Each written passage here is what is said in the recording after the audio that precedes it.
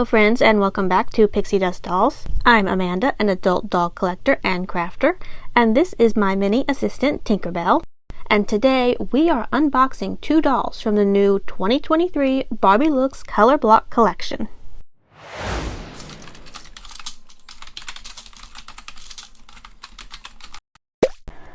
Here we have doll number 18, and this is doll number 13. I pre-ordered these dolls from Amazon back in February. They were both about $22. I believe she is still available for that price. He, however, I think has gone up to like $40 because apparently he has a new body type and everyone wants to check it out.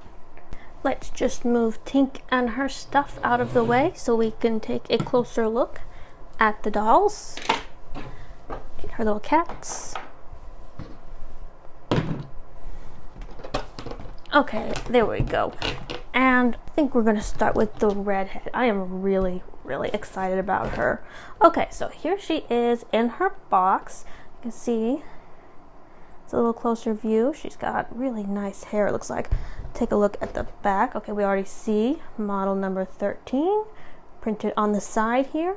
Here is the back of the box, and these are all the other dolls in this color block collection. I'm just gonna apologize ahead of time for the not so perfect lighting. I'm trying really hard to get that clear, but yeah, I'm kind of struggling with the lights. Okay, back to the dolls. Here we have doll number 14. This is, I guess, is that 16? There's 18, 13, and 17. So yeah, these two, let me see, which one do I have? Yeah, 13 and 18 here were must-haves for me. I also really like doll number 16, and I like her too. These two I'm just not as crazy about, but yeah, that's just my personal preference. These three I really like, but these two were my must-haves. And we'll just take a look at his box real quick. Model 18 written on the side. And yeah, there's the same image of the other dolls on the back. So yeah, the boxes are, oh wait, we didn't see the description. Okay, there is the description. It says, Barbie Looks Wave 3 is a curated collection of dolls, each with a bold, bright look and style personality. The on-trend fashions feature photo-worthy details and with posable, articulated bodies. They inspire the stylists within. Barbie Looks dolls are ready to style, pose, photograph, and post. Okay. So yeah, there's the boxes. Now let's get these dolls out of the box for a closer look.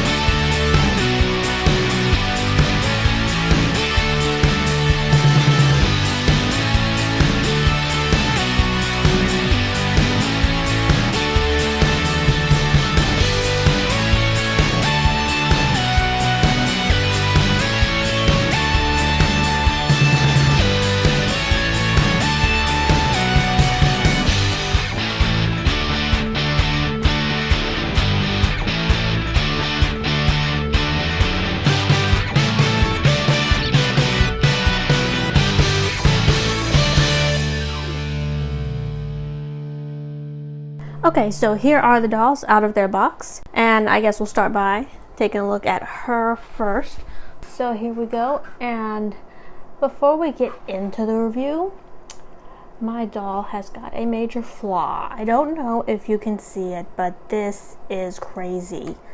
So right here, if y'all can see, she has got, literally, it looks like someone put sticky tape or something all on the sides of her clothes, on both sides here.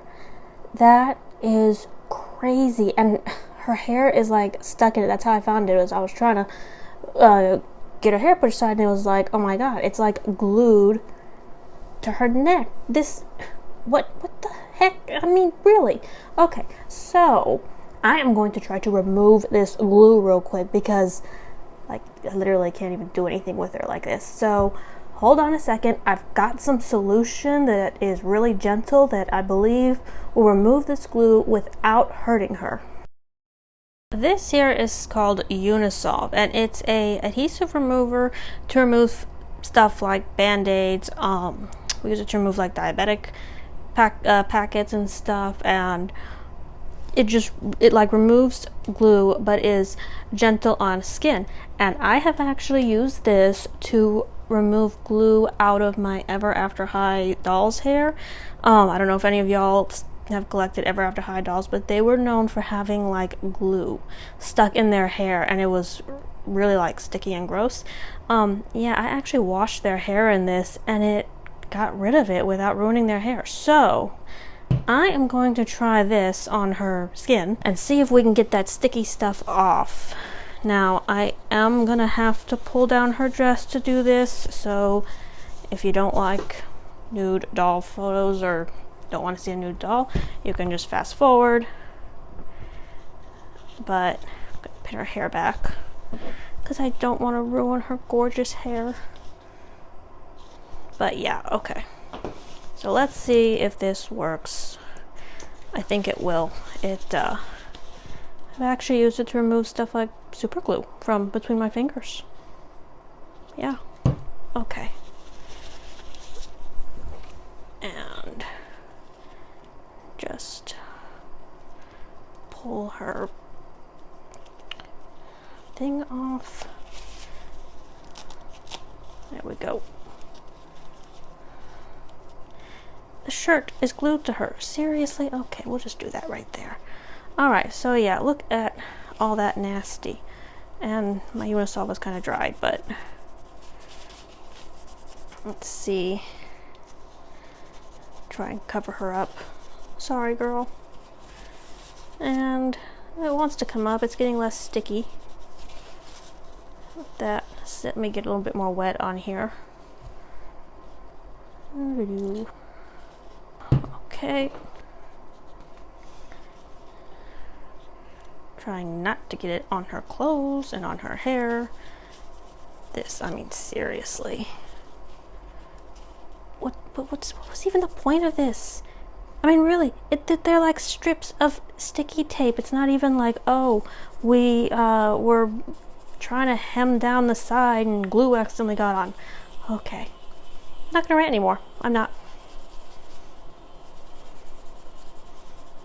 Just see. And it's tape. I mean, like, literally, it's coming off like tape. Who tapes down a doll dress? Okay. Well, I'm going to sit here and peel and rub and scrape because apparently, obviously, this Unisolve is not hurting her skin. It's not, or hurting the vinyl or plastic. It's not hurting her, so, but this could take a while. Y'all don't want to watch that. So I'm gonna keep rubbing and scraping until all this stuff comes off and she's completely clean, and then we'll continue with the review. So be back in 1 minute. So here's our girl, all free of glue, and you can see the Unisolve does leave you, or your doll, whatever you put it on, slightly slick, which is why she's kind of shiny right there. It's still just a little bit slick. That's gonna wear off. I've already like wiped her off with a little bit of water, but that slickness will go away with time. Now, as I was peeling the glue off and whatever, anyway, as I was working on her, I think I know why that was there. It was either that there were some clear straps. I don't know if you've seen like on a lot of strapless dresses that dolls have. They'll have like clear straps to make sure the dress stays up on their body. I could have been that and they like melted. I don't think so. I think what actually happened is that they literally sticky taped the dress to the doll because the dress sort of wants to fall off. And I have a feeling that when this doll was being boxed, they were concerned that the dress might like fall down and nobody would want a naked Barbie, if you know what I mean. But like, as I kind of like work with her, you can see it wants to like fall off her shoulder, and yes, several times it like will, the top will just fall down. It should have been, this here is not stitched. I know I'm complaining a lot, aren't I? Okay, so this here is not sewn. These two pieces should be connected. If those two pieces were connected, seriously, little blue thread right there, that's all it takes. These two pieces were connected, I believe this would stay up. Problem solved, no need to glue it to the doll. But that didn't happen. So I think that though that adhesive was there to keep these shoulder straps in place. But I could be wrong. I'd be curious to know if anyone else gets a doll, gets this doll, and has that same experience with glue. And oddly enough, the adhesive was not stuck to the dress, so the dress is unharmed. It was only stuck to her body. Alright, so enough about that. Now let's take a closer look at this doll, because honestly she really is gorgeous and I'm really excited to get her. So yeah, we're just going to bring her in close and start by taking a good look at her face. Now her hair is a little bit messed up, but that's mostly from me like having to pin it back and mess with her. You can see like here she has like a tiny bit of box hair, but I think like some real gentle finger combing and these curls would be gorgeous. Like, it's not going to take very much to fix this. So her hair, I think that's lovely. I love the color of her hair. Besides like Disney Store's classic Anna, I don't have any redheaded dolls in my collection, so I'm really excited to add a redhead. And this one, I fell in love with her face mold. And if you asked me, like, I don't know, a couple months ago, oh, do you have like a preference for Barbie faces? I'd have told you no, I don't. I just pick, you know, oh, I think that face mold's pretty, and I don't think about what mold it is. Well, apparently I do have a preference. I went and looked, and she has the Victoria face mold, which is the same as this doll over here. Aha, those of you who follow my blog didn't know I have her. This is doll number 6 from the very first Barbie Signature Looks collection. She also has the Victoria face sculpt. In fact, I think she's the first doll to have this face sculpt, and I absolutely love it. I think she is so elegant. So yes, I think it's safe to say that I'm drawn to this sculpt since both my Looks dolls have it. Now, let's get a better look at this girl's face. From what I can tell, she has 0 pixelation, which is awesome. Now, my eyesight isn't the best, and I don't always notice pixelated areas unless they're really obvious, but I don't see any glaring flaws with her face up. It looks very clean. She has blue eyes, turquoisey eyeshadow, and rosy red lips. She also has a few faint freckles, which I love. I think her makeup palette is very nice. It's colorful yet classy. There was a redhead in the previous Barbie Looks wave, but she's more glitzy, and her makeup is just a little too dramatic for my taste. This doll, however, has a much softer appearance, and I think she's absolutely gorgeous. She has curly ginger red hair that's held back with an elastic headband. And now that I have her up close, I can see that her hair is a little stringy in some places. Not terrible, but it seems like maybe in a couple of areas might have gotten a little too hot in the curling process, but like I said, it's not horrible. Actually, her hair's pretty soft. It's not heavily gelled or anything like that. The rooting looks good. I'm not noticing any bald spots, and the plugs are decently spaced. So yeah, I think she has a beautiful face. Her makeup isn't overdone. Her hair does need a little TLC right out of the box, which is kind of to be expected, but it feels soft and I think it's going to be easy to style. And now let's talk about the dress. Okay, I actually had to stop recording and fix this mess of a dress before I could continue. I really don't like criticizing this doll because I do love her and am excited to get her. But this outfit is a travesty. Setting aside the fact that it was literally glued to her, the structure is sloppy and the colors are horrible. Now, I'm already not a fan of color blocking. Don't get me wrong, I like colorful outfits. But the colors have to coordinate with each other, and in my opinion, these don't. The dress is a surplice style. I hope I'm saying that right. Surplice. It's kind of like a faux wrap. The top has two panels that cross over each other, forming a deep V neckline. And then the bottom is a simple A-line miniskirt. It's all one piece and Velcro's in the back. It's sleeveless, and like I said earlier, the front panels are not sewn together, and that's why the top keeps slipping down. Now, as you can see, I fixed that. It took like maybe 30 minutes to sew these two sections together, but now the dress is wearable. The way I see it though, I shouldn't have had to sew it in the first place. This outfit should have been properly constructed in the beginning, or Mattel should have chosen a different design. Personally, I wish they'd have picked a different design because this draped bodice just isn't translating well to doll scale. Moving on down to footwear, we see she's wearing turquoise blue sandals. Now, I like these. Maybe it's because I have like one style of shoe for my dolls and I'm enjoying seeing something new, but I think these shoes look good and will pair well with my other doll outfits. Now let's check out her posability. So this doll has an original Barbie body. She's about 11.5 inches tall and is fully articulated. She can turn and tilt her head, move her shoulders, upper arms, elbows, wrists, swivel at the chest, move her hips, kick out her legs, her upper thighs turn, she can bend at the knee, and her ankles rotate. She also came with a doll stand, however, I'm finding it hard to use. The clip is pretty tight, and I'm afraid that if I keep squeezing her into it, it could scratch her. So I'm going to switch it out for this one I got from Amazon.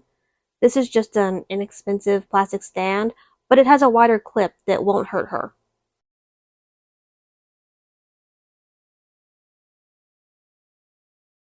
And the very last thing is the certificate of authenticity stating that this is a Black Label Barbie. So that's Barbie Looks Doll number 13. Is she flawless? No. I don't like the way her outfit was designed. In my opinion, using tape to keep up her top is sloppy craftsmanship. But that's just my opinion, and y'all may feel differently. And don't get me wrong, even though I've done a lot of griping about this dress, I wouldn't let it stop me from buying her, because once it's out of the picture, you have a gorgeous doll that's well worth her $22 price tag. Seriously, I could go on and on showing off pictures of this lovely girl, but we don't have time for that, so let's set her aside for now and bring out the big guy.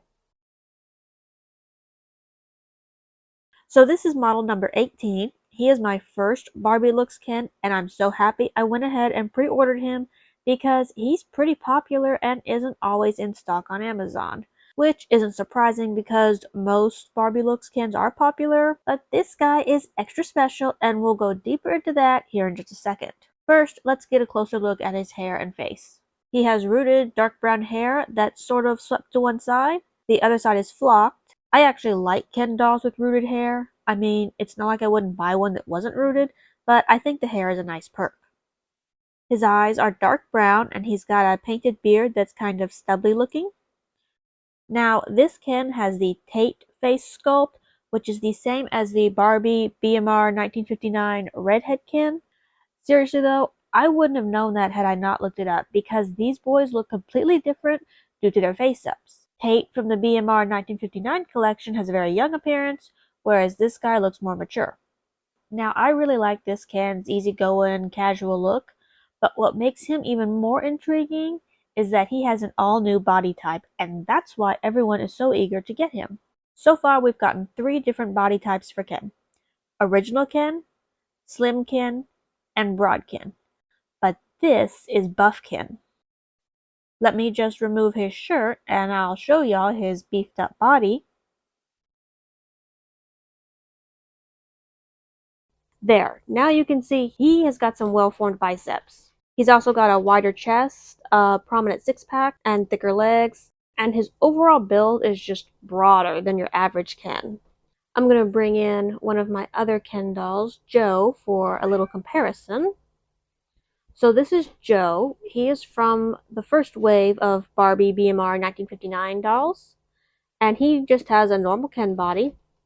And look at the difference between these two. I mean, poor Joe seems kind of scrawny compared to the new guy.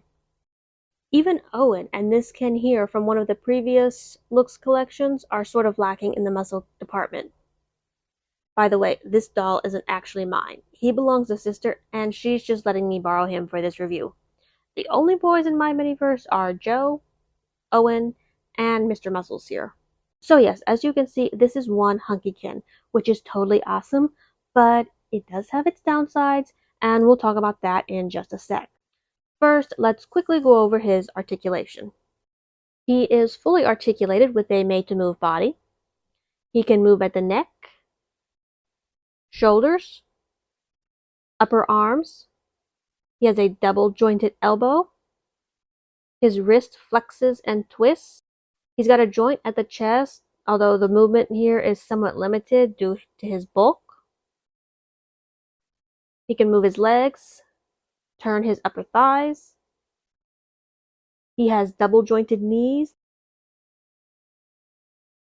and his feet turn and tilt. Now, I love his powerful build, but it does hinder his movement to a degree. Like I just said, his chest doesn't swivel as easily as your normal made-to-move can. He also can't touch his face or hold a cell phone to his ear because the extra muscling causes his forearms and biceps to collide. So the big question now is, what about clothes? Can he wear normal Ken clothes? Well, that depends. For instance, this shirt here fits him. It's a little tight in the arms, but it works in a pinch and does close in the back.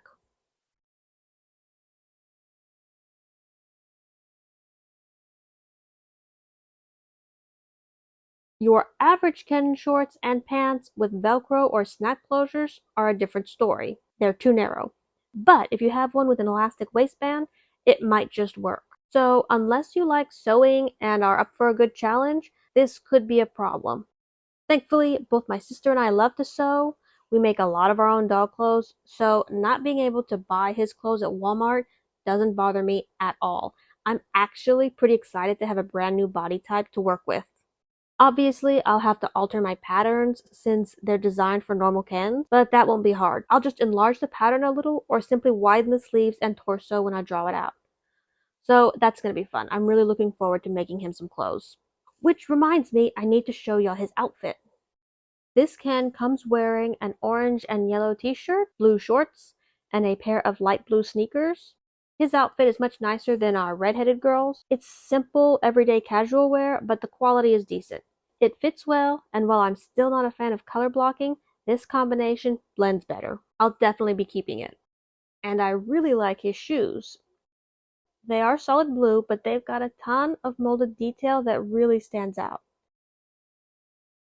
And because they're nice and wide, it is possible to get him to stand on his own when wearing them. And that's a good thing because his doll stand is no good. Well, hold on, let me take that back. He does have a good stand. It's just way too small for his frame. It took me forever to get that clip around his waist, and I was sure it was going to break in the process. So even though this is technically a Ken stand and has a wider clip, it's still not wide enough for Mr. Muscles. It is, however, perfect for curvy Barbies, so that's what I'm going to use it for.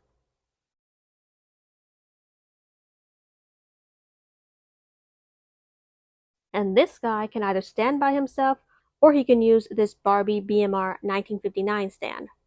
For whatever reason, this clip is big enough to fit his waist, so I can use it when need be.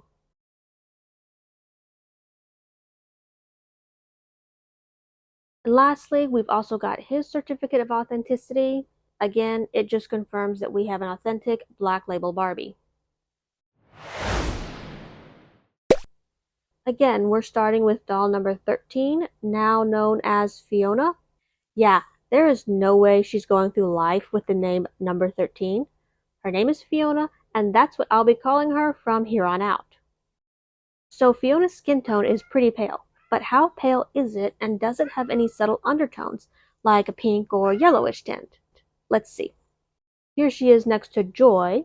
Joy is Barbie Fashionista number 110 on a purple top made to move Barbie body. And the skin tones are very close, but it looks like Fiona is a shade or two lighter, maybe also a shade or two pinker, which is surprising because for a long time, the purple top made to move was our lightest doll. I'm assuming this means she's also lighter than the peach top made to move, since that doll has basically the same skin tone as the purple top Barbie. And then what about Looks doll number 6? Her name is Bianca, by the way. I'd say these two are very similar. It's not a perfect match. Again, Fiona has a bit more pink in her complexion, but it's very close. So if you were wanting to give a light-skinned fashionista a made-to-move body, but didn't necessarily want a tall doll like Bianca, you could probably use this girl. I'll be honest though, I don't think there are any Barbie fashionistas this pale. I think these two are our fairest dolls so far. And big guy here seems to have just a normal skin tone. It looks like Mr. Muscles is very close to Barbie Looks number 5. It's not exact, but it's close. And he's an even closer match to Owen. In fact, I'd say he's an exact match. So any Ken fashionistas matching Owen or even the Barbie Looks number 5 should also match Buff Ken. And because I feel like my lights are somewhat skewing the colors, here are some pictures showing the different skin tones. Before I forget, I want to point out his hands. His hands are different from a regular Ken doll's. He has these grippy hands, which means he can hold things like weights or power tools. So no need to use poster putty or tape to get him to hold stuff. So there you have my take on models number 13 and 18 from the latest Barbie Looks collection. Although I was pretty critical of Fiona's outfit, I think these are both fabulous dolls and I'm so happy to have them. In fact, I'm already working on a new dress for Fiona. But let's be serious, I can't keep calling this dude Mr. Muscles. He needs a real name. I'm just having a hard time picking the right one. Now, Sister thinks I should call him Shrek. You know, to go with Fiona, but I don't know. It would be totally adorable, but does it really fit him? Just to be clear, even if my dolls look like or are named after popular movie characters, they're not one and the same. The dolls in my miniverse are mine, and I have the right to change their backstories and personalities if I choose, and I often do. I sure hope y'all enjoyed this review.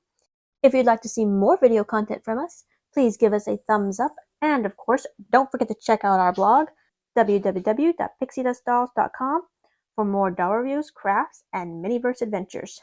Bye!